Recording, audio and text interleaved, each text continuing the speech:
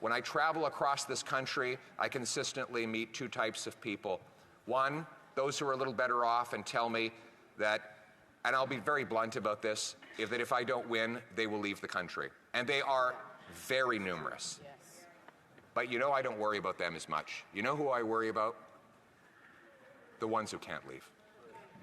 The ones who don't know, and if I can just use very blunt language, who tell me, I don't know what the hell I'm going to do.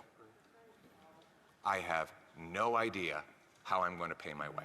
That's right. I met a waitress at a restaurant not long ago, and she came up to me and she grabbed me by the hand and she said, "You have to win."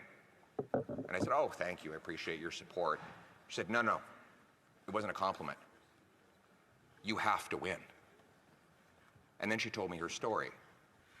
She told me that she was working one full-time job and two part-time jobs just to pay her bills. As a single woman in her late 50s.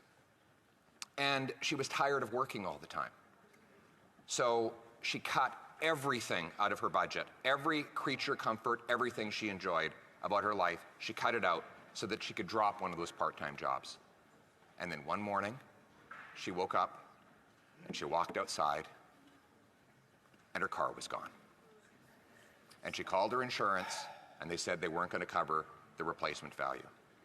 So she had to take that job back because she simply cannot live her life without a car. Now you can bet your bottom dollar, the guy who stole the car, he was probably out on bail. This was not his first job. That's right. Her taxes have gone up. Her heating bill has gone up. Her wages have not gone up.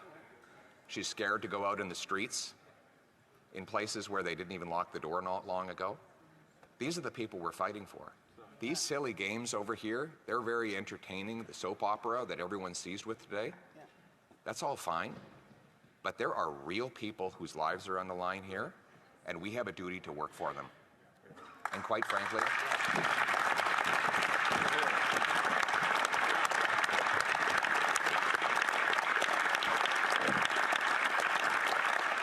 this woman doesn't see me as any, or any of us as any kind of savior.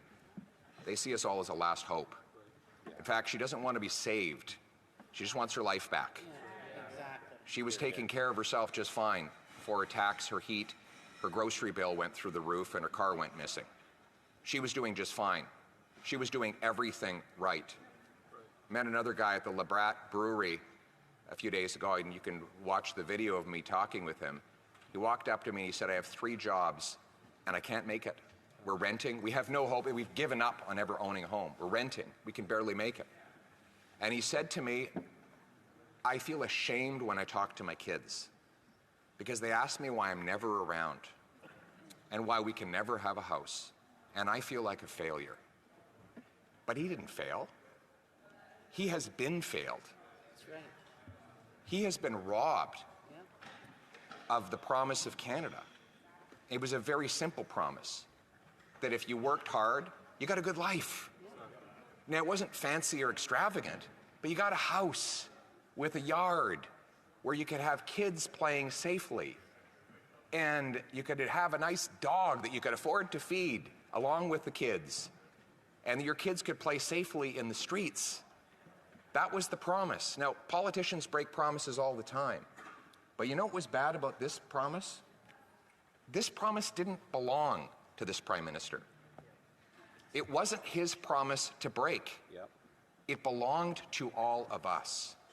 And our purpose is to bring home that promise for that young man, that young father, and that older female worker so that they can once again take back control of their lives, live in a safe country where their hard work earns them a good wage, where their rent and their food is affordable, and where when they go to bed at night, they know that they will be safe throughout their sleep and that they will have their car in their driveway in the morning. A country where people are proud again to fly the flag, where they know the government is a servant and not a master, where they understand that every day the Commons, this place, works for the common people, not for the ego of one man desperate to cling on to his job. Right. We must remember that we are servants in this place. We have a job to do on behalf of the people who sent us here. Our personal dramas are not important. The dramas that should seize all of our concern and imagination are the daily dramas of the working women and men that build this country. We are in it for them. We're going to give them back control of their lives in the freest country on earth, Canada. Let's bring it home.